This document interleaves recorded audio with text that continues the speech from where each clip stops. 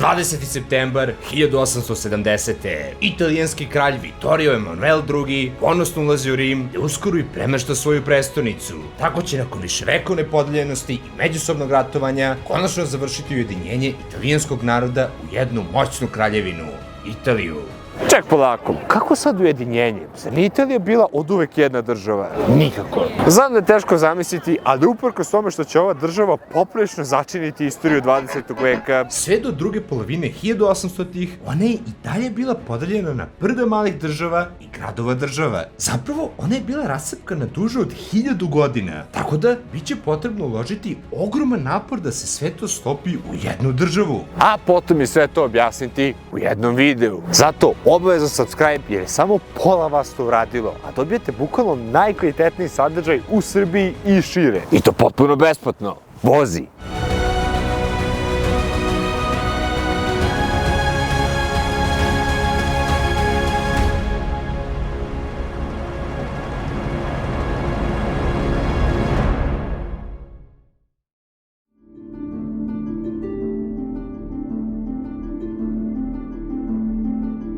Nakon pada moćnog Rimskog carstva, Apeninsko poluostrvo će ostati u rasulu. Ima da će biti ujedinjeno od strane Ostrogota. Kao što ti samo ime nalaže, Goti nisu Italijani. Kasnije će ih na kratko ujediniti i istočno Rimsko carstvo. Ali kao što znamo, ni ono neće biti večno. RIP. F u chatu, molim vas. Poluostrvo se cepa na apsurdnu količinu malenih država. Bukvalno su neke bile toliko male da su bili samo gradovi države. Sveukupno se ih u nekom trenutku imao preko 40. Zato je toliko i zabavno igrati EU4 s nekom od njih. Elem, ceo sever osim Venecije i dobar deo centralnog poluostrva potpada pod uticaj neopravdano nazvanog Svetog Rimskog carstva. I to tako traje sve do sredine 17. veka. Tu si imao bogate trgovačke republike poput Venecije i Đenove, kao i kraljevinu Milano. U centru si imao uticajnu papsku državu, ali se solidno držala i Firenca, dok su se na jugu izdvojile kraljevina Sicilija i kraljevina Napolj. Ove dve nisu bile pod kontrolom SRC,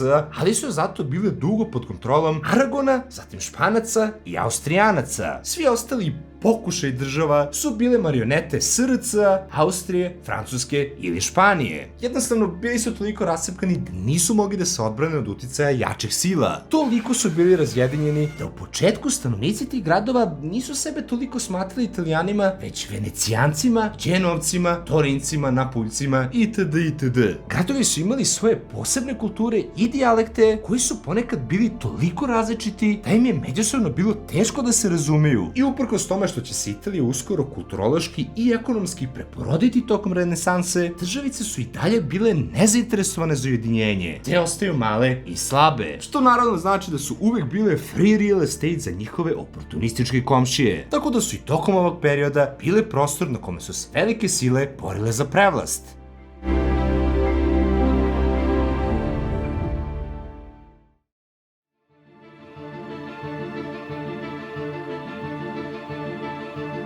Ipak, prosvetom nauke i umetnosti u Italiji u 14. veku javljaju se i čuveni pisci Dante Alighieri, Francesco Petrarca, Giovanni Boccaccio, Niccolo Machiavelli i Francesco Guicciardini, koji su suptilno ili vrlo direktno izražavali nezadovoljstvo što su njihovom zemljom upravljali stranci. Već sad možemo da vidimo da narod ima u glavi tu neku kolektivnu svest u ujedinjenoj Italiji. Petrarca je u svom delu Moja Italija napisao da drevna hrabrost u italijanskim srcima još nije umrla, dok jedno od poglavlja Machiavelijevog dela Vladalac doslovno nosi naziv Poziv za oslobođenje Italije od varvara. Što ti dosta govori o njihovom raspoloženju prema stranom uticaju. Pametno me dosta. Dobro, super. Sad su imali ta dela i svi su mogli da ih čitaju i da shvate da treba da su jedine i proteraju Austrijanci ili koga god. Samo problem je što je pismenost bila vrlo niska. Nisu svi mogli da čitaju. Drugo, ponovo, Unosi milion državica i milion dijalekata. Ovaj sa severa nije mogu da razume ovog sa juga. isto kao što lik iz Subotice ne može da razume Vrnjanca, ili Nišlija Vrnjanca, ili Vrnjanac Vrnjanca.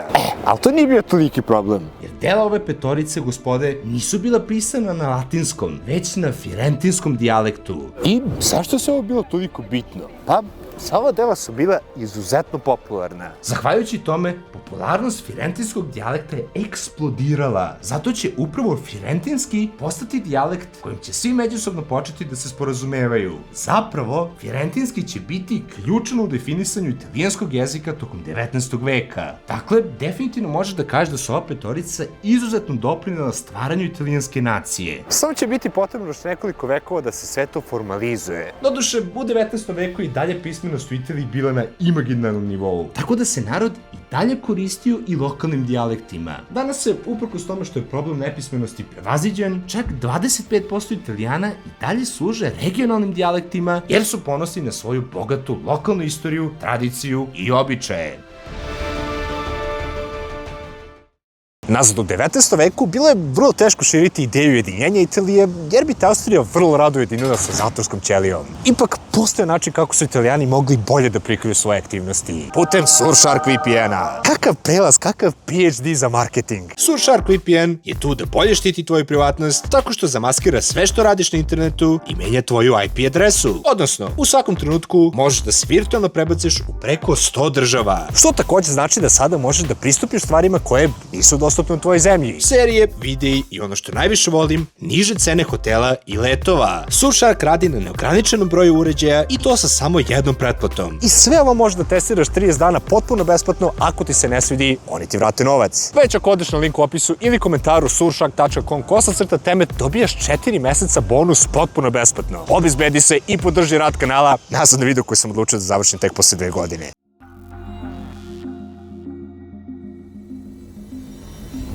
Elem, nakon mira u Vestfaliji 1648. SRC gubi moć u Italiji, što je dobro po sever. Ali, s druge strane, jug poluostrva ostaje pod kontrolom Španije, odnosno Habsburga koji su držali Španiju, pa će posle direktno držati Austrija koja ih takođe gubi 1735. Nebitno, Italija ostaje podeljena, ali ideja ujedinjene Italije sada već vekovima i tekako živi. I ovde sad počinje da se dešava nešto jako neočekivano. Neko ko će posebno ubrzati proces ujedinjenja Italijana je bio Napoleon.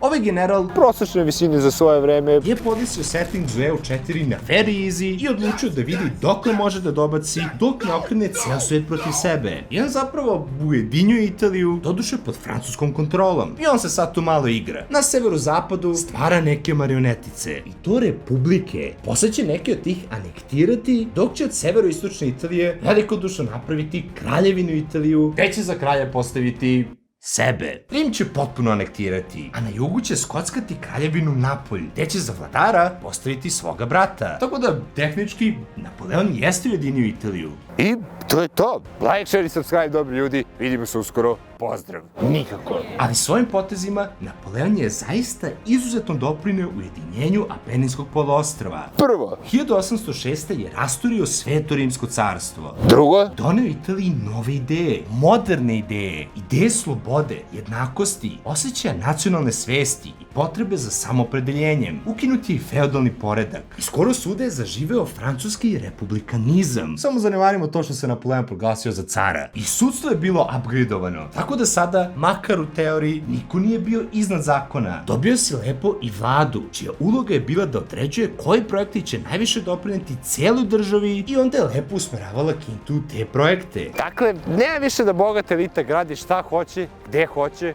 bez razmišljanja o potrebama cele države. Baš kao i u Srbiji. E sad, ove nove ideje su se logično svidele običnom narodu, jer je neko konačno čuo njihov glas. Napoleon je dosta postavljao obrazovanu elitu na vlast. Dakle, ljudi su na vlast često dolazili po zasluzi, a ne samo zato što su aristokrate ili zato što znaju prave ljude. Baš kao i danas u Srbiji. Nešto što ga je dodatno učinilo popularnim je što je deo zemljišta katoličke crkve dao narodu.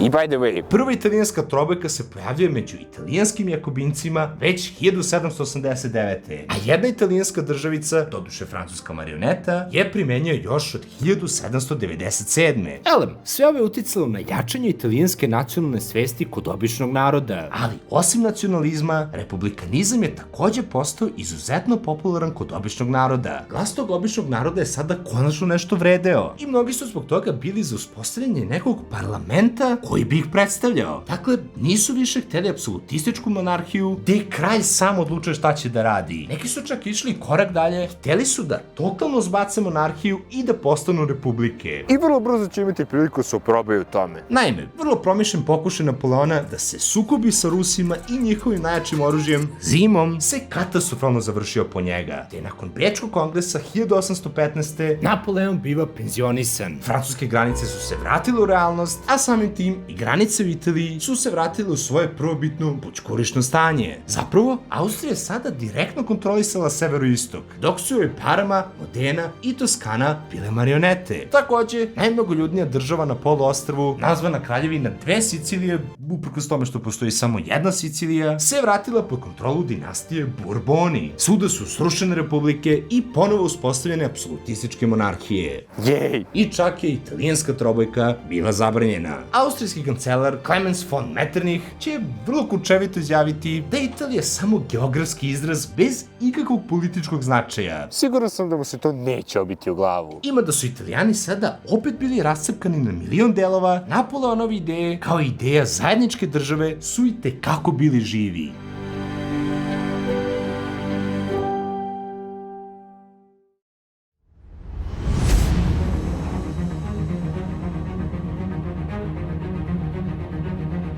Uprkos tome što su Austrijanci i Francuzi razgrabili poluostrvo, Jedna država ostaje istinski nezavisna. Sardinija Piemont, koja je čak i anektirala Đenovu. Svojim opstajanjem ona je predstavljala simbol slobode koji je narodu širom poluostrva davao nadu da će se nešto možda i desiti. Međutim, naravno da ima međutim. Ona je dalje bila apsolutistička monarhija. Što se narodu, kojem su sada u glavu usađene ideje republikanizma i slobode donete tokom Francuske revolucije, nikako nije svidelo. Ponovo su se umetnici bavili italijanskim nacionalizmom i ujedinjenjem, kao i treštokovanjem Austrijanaca. Ponovo su dela pisana firentinskim, odnosno malo šire, toskanskim dijalektom. Da ne zalazimo sad u to. Čime su terali narod širom Apenina da koriste jedan standardizovani italijanski jezik, da bi se tako još više stvorio osjećaj zajedničke kulture i naroda. Taj narod je hteo svoju nezavisnu državu, bez stranih uticaja, a mnogi su hteli državu i bez svog apsolutističkog vladara. Te zato nastaju i tajna udruženja koje su za cilj imale upravo stvaranje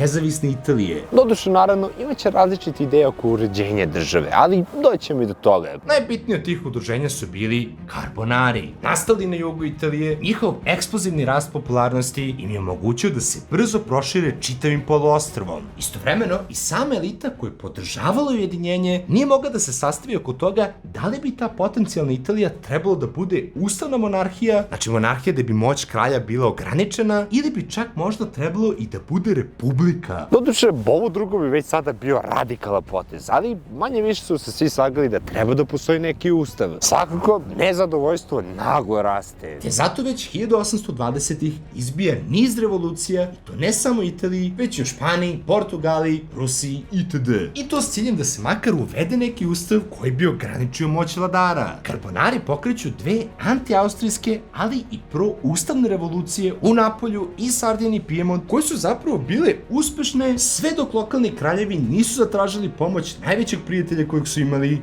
Austro-Ugarske. Da, tražili su pomoć od onoga koji ih već vekovima okupira samo da bi sačuvali svoje dupe.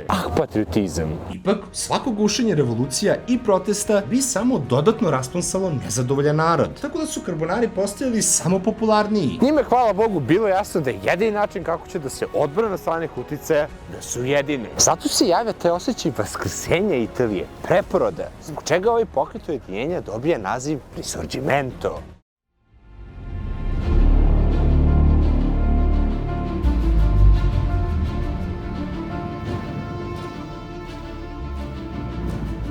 Predvodnici Karbonara su bili čuveni Giuseppe Mazzini i Giuseppe Garibaldi, čije statue danas možeš da vidiš širom Italije. tako da očigledno su nešto bitno radili. Njih dvojice su se prvobitno zalagali za to da prvo naravno ujedine Italiju sa prestonicom u Rimu, ali i da ta Italija bude ustavna republika. Što je, kao što smo rekli, bio suviše HC potez za tadašnju elitu. S druge strane, na primjer, ideja jednog pijemonskog sveštenika je bila da Italija bude konfederacija italijanskih državica u duhu italijanskih italijanske EU, ili bolje rečeno italijanskog SRC, jer bi bila pod kontrolom pape. Ali, ovo se nije svidelo Giuseppima. Mislim, oni su generalno bili toliko protiv monarhija da su milion puta bili hapšeni i proterivani iz tih monarhija. Nakon što je Mazzini jednom prilikom pušten iz zatvora, on odlazi u Marsej, gde 1831. osniva novi nacionalistički pokret. Mlada Italija, kome će se pridružiti i Garibaldi. I tokom 30-ih će imati itekako prilike da se druže. S obzirom da u toj deceniji ponovo izbijaju revolucije širom Italije, dodaše ponovo ugušen od strane Pogađaš Austrije. Giuseppe i čak pokreću i bezuspešan ustanak u samom Pijemontu, zbog čega su obojica osuđeni na smrt. Mazzini beže u Švajcarsku, pa u Pariz, gde je ponovo uhapšen.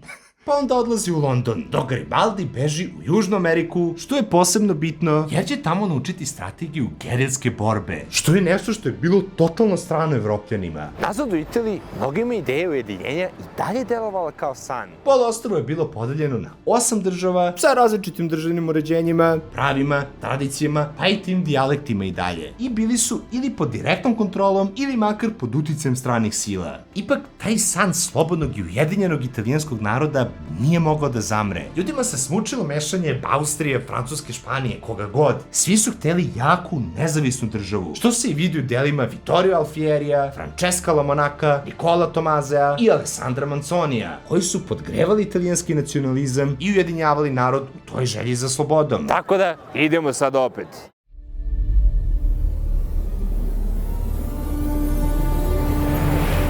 1840. su. Ponovo se rasplamsava revolucionarni duh, Mazzini ponovo pokreće brda pobuna i ustanaka koji ponovo nisu imali vojnog uspeha, ali su imali uspeha u popularizovanju njegove ideje i njega samog. Zapravo narod je ovaj put bio toliko revoltiran, da tada nastaje italijanska patriotska pesma Il canto degli Italiani, koja će jednog dana postati i himna Italije. I tu sad dolazi do jednog zanimljivog plot twista. Novi papa, Pije IX, je ulivao nadu u promenu, s obzirom da se saosećao sa nacionalistima. Nezadovoljstvo je do te mere ključalo, i to ne više samo zbog stranih sila, već i zbog ekonomske situacije. I tako dolazimo do čuvene 1848. Ta godina je bila pakao za Evropu. Širom kontinenta izbijaju revolucije koje su za cilj imale rušenje apsolutističkih monarhija, uvođenje ustava, demokratizaciju društva, uvođenje slobode govora i štampe, liberalizacija ekonomije, prava glasa za sve. To je sve muškarce, jer jebi ga 19. je vek. I ono što je najbitnije za našu priču, većina ovih revolucija, a posebno ona u Italiji, su bile nacionalističke, jer je ona za cilj imala stvaranje italijanske države nacije. U Francuskoj izbacuju kralja i nastaje druga Francuska republika.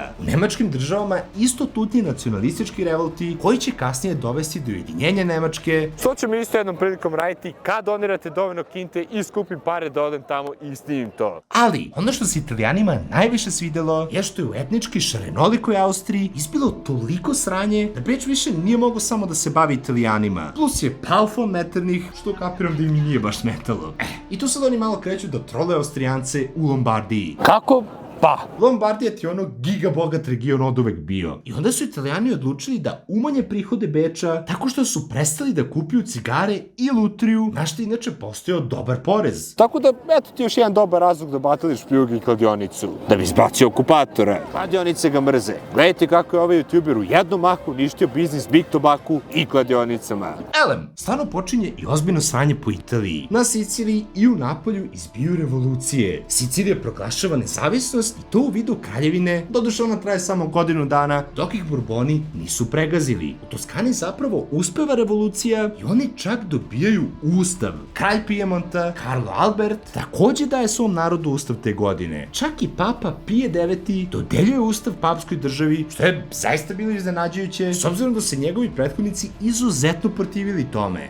Ali ove revolucije su poprimile totalno novu dimenziju. Širom Italije narod je pozivao na rat protiv Austrije. U Lombardiji, sad kad su se ljudi manuli kocke, dižu ustanak u Milanu i Veneciji. Čuveni petodnevni revolt u Milanu je bio toliko silovit da je austrijska vojska proterana, i to uprkos tome što je predvodio iskusni general Jozef Radecki. Tako da oni tu sad uspostavljaju neku privremenu državicu. Slična priča je bila i u Veneciji, gde nastaje Republika Svetog Marka. Sad, kralj Pijemonta Carlo Albert je u ovom trenutku video idealan moment da osvoji političke poene i malo umiri narod koji je bio toliko toliko revoltiran da je jedva čekao neki rat. Te on, razmišljajući da je Austrija okupirana svojim revolucijama, objavljuje rat Austriji i to samo dan nakon što su Venecija i Milano proglasili nezavisnost. Podrškom mu uleću i ostale italijanske državice i to ne samo centralne, već i napolje. Oni zajedničkim snagama zapravo uspešno proteruju Austrijanci iz cijele Lombardije, a čak se iz izgnanstva konačno vraća i Garibaldi. Opa, konačno se nešto dešava.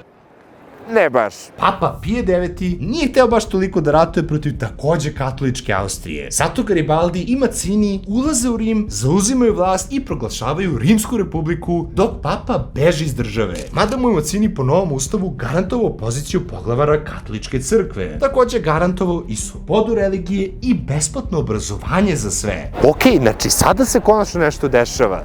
Ne. To bi bilo prejednostavno. Italijanski generali, ne računajući naravno Garibaldija, su bili ne preterano korisni. Te kad se Radecki malo sastavio i uputio ponovo ka Lombardiji, pogazio Italijane i vratio sve što je prethodno bilo pod kontrolom Beča. Istovremeno, zbaciti papu sa vlasti je bilo previše kontroverzno. Te katolički svet, konkretno francuski tada predsednik, kasnije kralj Napoleon III, to nije hteo da prihvati i šalje vojsku u Rim, protera revolucionare i vrati papu na prestol. Tom prilikom je ostavlja par hiljada francuskih vojnika. I u Toskani isto sve propada, jer se njihov proterani vožd uz pomoć, naravno, austrijskih snaga vratio na vlast, ukinuo ustav. Znači ti u sred rata protiv Austrije za nezavisnost tražiš pomoć od iste te Austrije i boriš se protiv sopstvenog naroda samo da bi ostao na vlasti te neke svoje random male državice. Znači moraš ti da imaš na umu kakvi su to nesebični umovi bili. Tako da ovaj prvi rat za ujedinjenje Italije propada. Kralj Pijemonta Karlo Albert abdicira u korist svog sina Vittorija Emanuela II. Ovde je zanimljiva sitnica da je Garibaldi pobegao u San Marino, koji je bio utočište mnogih revolucionara. U znak zahvalnosti će kasnije ubediti kralja Vittorija Emanuela II da ne anektira ovaj grad, zbog čega je San Marino i dan danas nezavisan. Ipak, na osnovu imena prvi rat za ujedinjenje Italije zaključuješ da će biti i drugog. Ideja nezavisne ujedinjene Italije sada svima bila na umu. Pokret je bio nezaustavan. Možda ovaj put nisu nešto mnogo postigli, možda je moral u padu, ali su definitivno mnogo toga naučili iz neuspeha, kako vojno, tako i politički. Ono što je sada bilo svima specifično jasno je da Italija neće biti ujedinjena kao republika. To je bila prevelika promena i mnoge evropske monarhije bi se tome ozbiljno protivile, jer su se naravno svi kraljevi plašili da će njihov narod i njih da zbaci. Nešto drugo što su razumeli je i da Italija neće biti vođena od strane pape, jer su ga sada mnogi Italijani gledali kao izdajnika revolucije i ujedinjenja. Dakle, ulogu ujedinitelja države će morati da preuzme Vittorio Emanuel II, kralj Sardinije Pijemont. No pressure! Inspirisan ovim sudbonosnim zadatkom, Pijemont postavlja italijansku trobojku sa savojskim grbom, zvaničnu zastavu države 1848. I tu na scenu nastupa Camillo Benso di Cavour, koji je bio dosta umereniji od svih ovih ljudi do sada. Bio je pragmatičan čovek, ali i čovek od akcije. Uveo je mnogobrojne liberalne reforme, zahvaljujući čemu će BDP Pijemonta da eksplodira. Dakle, uveo je slobodnu ekonomiju, potpisivao razne međunarodne trgovinske sporazume, modernizovao agrikulturu, industriju, otvarao pruge, banke itd. Administraciju vojske, finansijskih i pravnih sistema je učinio daleko efikasnijim, a čak je i cenzura olabavljena. Zahvaljujući tome, ubrzo postaje i premijer države, dok Pijemont ubrzo postaje vojno i ekonomski relativno moćna kraljevina, pogotovo za svoju veličinu. Osim toga, Camillo Benso je bio i vrsan diplomata. Skapirao je da Italija mora da ostane ustavna monarhija, a ne republika, da ne bi nikog naljutio. Ali je iskapirao da ako hoće da se tuku sa Austrijancima i da zapravo pobede, da onda moraju da nađu nekog jakog saveznika koji deli njihovu netrpeljivost prema Beču. Tu ulogu jakog saveznika su videli u Francuskoj, koja je bila veliki neprijatelj Austrije i njime odgovaralo da postoji neka tampon zona između dve države. Problem u tome je zašto bi Francuzi nešto tek tako učinili za tebe? Šta, da ne postoje možda prijateljstva među državama? Ne. Morali su prvo nešto da učine za njih, da bi posle jednog dana mogli da im traže pomoć. Tako su u Krimskom ratu, koji se uopšte ni nije ticao Pijemonta, stali na stranu Britanaca i ono najbitnije, Francuza, i poslali 21.000 dobro istreniranih vojnika. Ova koalicija izlazi kao pobednica iz rata, te je na Parijskom kongresu 1856. Camillo Benso jedva čekao da disuje Austriju. Ali, pošto je Pijemont zapravo pomogao ratu, država je stekla neki prestiž, te su i Francuzi saslušali s velikim interesovanjem. Međutim, šta je s republikancem Mancinijem? On je još uvek pokušavao da revolucijom oslobodi delove Italije, ali mu to nikako nije išlo za rukom, te on malo gubi legitimitet, što sada Camilu Bensu daje nesumnjivo vodeću ulogu u borbi za ujedinjenje. Super, sada je njegova moć bila nesporiva. Obogatio državu i podigao solidnu vojsku, a Francuzi su jedva čekali da tuku Austriju. Sada im samo treba jedan dobar izgovor. Ono što je jako iznenađujuće je da je Napoleon III kao mlad čak bio član Karbonara iz nekog razloga. Tako da ne zna se ko je prednjačio u mržnji Austrijanaca, Italijani ili Francuzi, ili u tom trenutku čak i Srbi. Ono što je dodatno inspirisalo Napoleona III da nešto preduzme povodom Italijana je što su italijanski nacionalisti pokušali da ga ubiju i tako inspirišu novu revoluciju i u Francuskoj i u Italiji. Tako da, kao neuživalac Austrijanaca, kao bivši član Karbonara, kao uživalac ostajanja u životu pre svega, on sklapa tajni savez sa Pijemontom. Ali neće Francuzi da ratuju za džabe. Već od Pijemonta traže Nicu i Savoju, koji su tada bili italijanski gradovi. I plus na sve to, traže da Italija bude pod uticajem Francuske. Predaja ovih gradova je posebno bolela, jer je kralj Vittorio Emanuel došao iz loze Savojaca, a Giuseppe Garibaldi je bio iz Nice. Ipak, šta će, Pijemont to prihvata. Daj samo proćeramo Austrijance, pa ćemo vidjeti šta ćemo i kako ćemo dalje.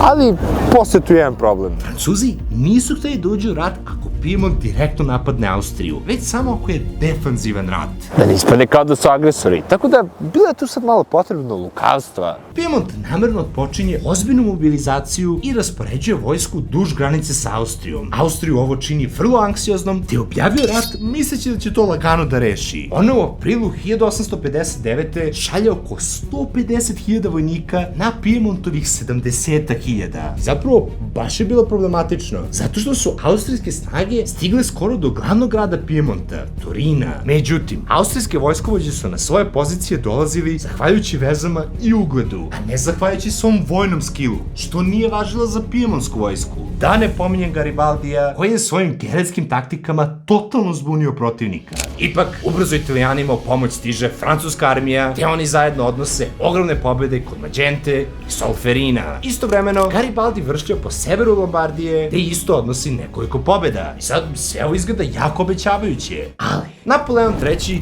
nije hteo da pretera s ovim ratom, da ne bi naljutio Prusku koja bi mogla da odgovori ratom. Zato Francuska već u julu iste godine potpisuje mir sa Austrijom, što nije rekla Pijemontu. Da šta Camilo Benso toliko pizdi da daje otkaz. Mada se ubrzo smiruje i vraća na posao. Dobro, nije da Pijemont nije ništa dobio tim ratom. Austrija im je sada zaista predala Lombardiju, ali to im nije bilo dovoljno jer su hteli i Veneciju. S druge strane, Pijemont je morao da ispoštuje dogovor s Francuzima i preda im Savoju i Nicu. Tako da, nije to neki pomak, ajde. Ali, centralno u Italiji se dešava nešto jako zanimljivo. Toskana, Parma, Modena i sever papske države podižu revolt i ujedinjuju su konfederaciju kreativno nazvanu Ujedinjene provincije centralne Italije. Njihov cilj je bio da se ujedine sa Pijemontom, što su i uradile 22. marta 1860. Tako da, okej, definitivno je to bio neki pomak. Samo što se papi nije svidelo ovo oduzimanje dela njegove države. On se onda žalio Francuzima, ali su tu Francuzi malo prećutali, jer su sada bili saveznici sa Pijemontom. U suštini, dok god Pijemont ne dira sam Rim, samo će se prave ludi.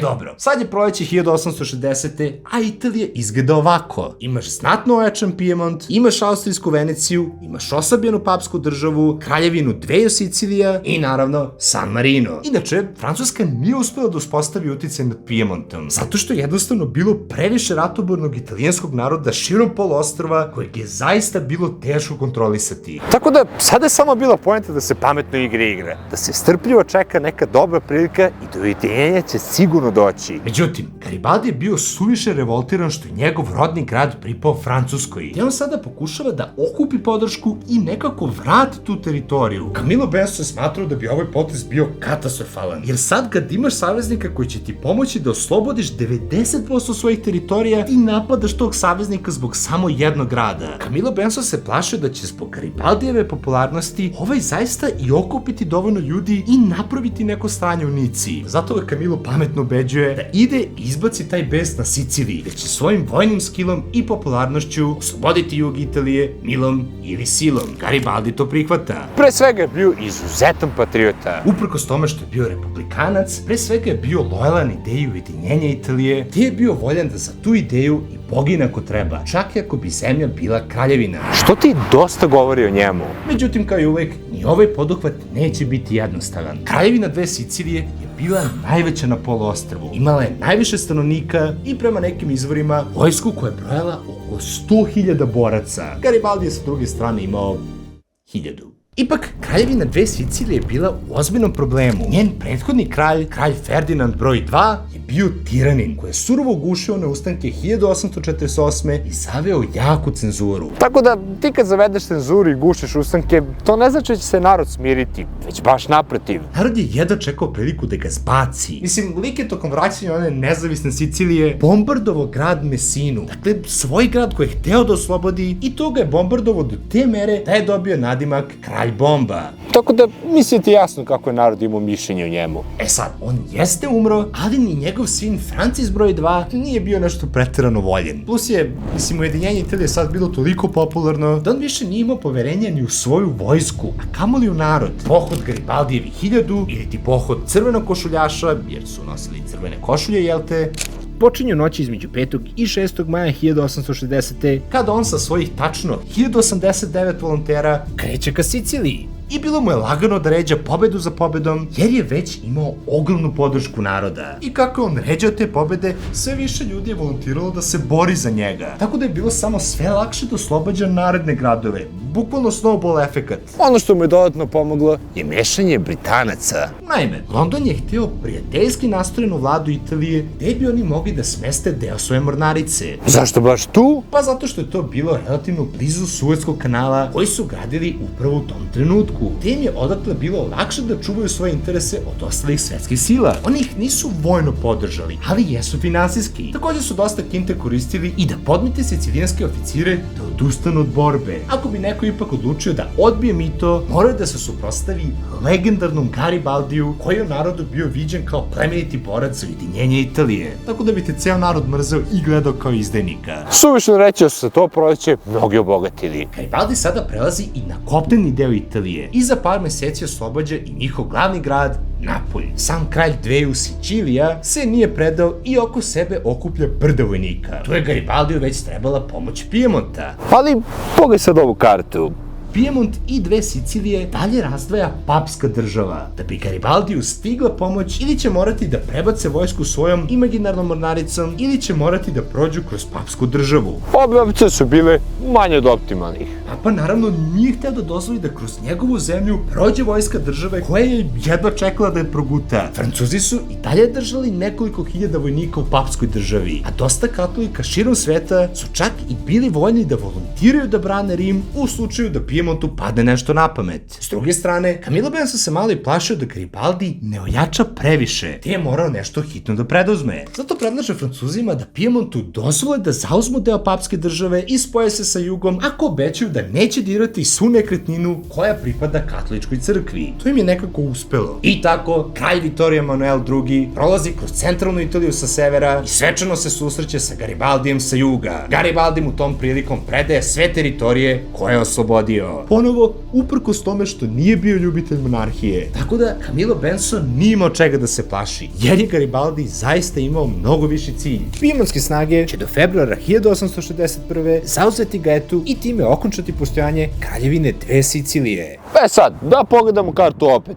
Apeninsko poluostrvo sada izgleda ovako. Samo Rim i Venecija nisu bili deo Italije. I San Marino, naravno. Kralj Vittorio Emanuel II je ispoštovao Garibaldijevo obećanje, tako da je ubedio Camilla Bensa da ne dira San Marino. Ujedinjenju se bliži kraj, te 17. marta 1861. parlament proglašava Vittorio Emanuela II. Za kralja Italije. 10 dana kasnije, oni proglašavaju Rim za prestonicu nove kraljevine, iako ga još uvek nisu oslobodili. Ali ponovo, samo je bilo bitno da se igra pametno i da se čeka dobar moment. Jer će taj idealan moment doći brže nego što su očekivali. Tokom svih ovih događaja, Nemačka je prolazila kroz sličnu priču. Nemci su takođe hteli da se ujedine u jednu veliku nemačku državu. Međutim, tamo je postala trka oko toga ko će ih ujediniti. Austrija ili Pruska. Italija je ovde videla svoju priliku. Ako sada stane na stranu sve moćnije Pruske i podrži je u austro-pruskom sukobu, možda će ih Pruska počastiti Venecijom. I zaista, rat između dve nemačke države izbije 1866. Italija staje na stranu Pruske i udara na Veneciju. Samo što to nije baš idealno prošlo. Jednostavno se Italijani nisu dobro pokazali. Srećom po njih, Pruska je pokidala Austrijance. Tako da je Beč sada morao da preda Veneciju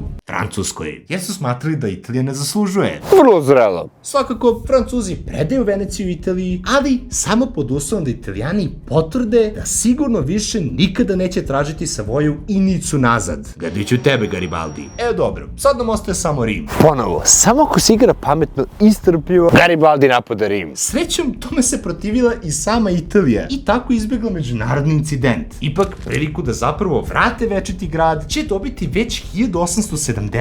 Jer će te godine Francuska objaviti rat Pruskoj.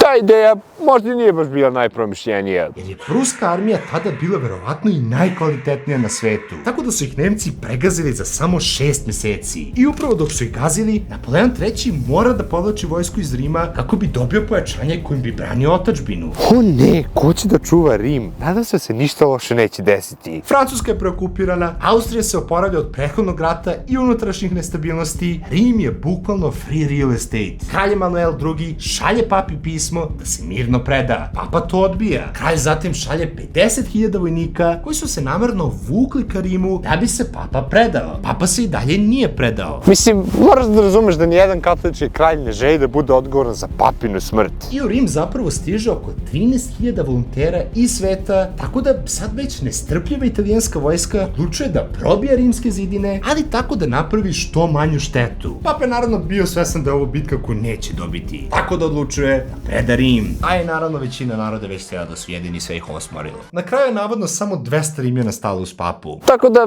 nekako antiklimaktičan završetak. Elem, Rim zvanično postaje prestonica Italije 1871. A papa sebe smatra zatočenikom i odbija da prihvati novu realnost. Ipak, kralj mu dozvoljava da ostane u nezavisnom Vatikanu i naravno da ostane poglavar katoličke crkve. Uprkos tome, papa i dalje odbija prevlast Italije nad Rimom. I od svih ljudi, ovaj sport će zapravo rešiti Mussolini tek 1929. kada Italija i Vatikan međusobno sebe priznaju kao nezavisne države. Nazad na 1870. Italija će konačno biti ujedinjena i to pod rukovodstvom kralja Vittorija Emanuela II. Međutim, nisu svi u Italiji bili zadovoljni. Ovoliko dugo razjedinjen narod je logično razvio svoje lokalne dijalekte i običaje. Takođe, industrializovani sever je bio daleko razvijeniji od juga. Sve ovo će stvoriti ozbiljan raskol između tog severa i juga, što je problem koji opstaje do dan danas. Uprkos tome, pisci, slikari i muzičari te ere su ipak uspeli da stvore zajednički osjećaj italijanstva. Alessandro Manzoni, koji kroz svoja dela postavio temelje modernog italijanskog jezika, je tako sve regione ujedinio govorenju jednog svima razumljivog jezika. Mnogi drugi su kroz svoja dela radili na stvaranju i širenju tog zajedničkog standardizovanog jezika. La Scala je čuvena opera koja su izvođena dela kroz koje su se provlačile teme za borbu za nezavisnost i ujedinjenje. Brda slikara Iva Jara se bavila ovim periodom, što je dodatno pomoglo da se podigne moral i ojača duh zajedničke Italije. Italija je danas puna muzeja Risorgimenta. Imaš ih čak 23, ali ovaj ovde je glavni. A na svakom koraku imaš statue Emanuela II. Garibaldija. Italija će se naknadno proširiti nakon Prvog svjetskog rata, zauzimajući Južni Tirol. Takođe će se počastiti i Istrom, odnosno Julijskom krajinom, koju će nakon Drugog svjetskog rata izgubiti, dok će za drst potom morati da se bori sa Titom. o čemu takođe možda se informišeš u mom videu, link to je gore desno. Ali sam ga lepo vezao 2 godine nakon što sam objavio prvi deo. Bravo, nadmašio sam čak i sebe samog. Postoji očigledna razlika u kvalitetu prve i druge polovine ovog videa, kao i količini kose na mojoj glavi. Ali to ti je prolaznost vremena. Svakako, ono što nije prolazno je da moraš da se subscribe-eš i postaneš deo najjače pokreta zdravog razuma u Srbiji i Vijetnamu. Doniraj kanalu, kupi kape, zima je, hladno je, a mi se vidimo uskoro, dobri ljudi, pozdrav!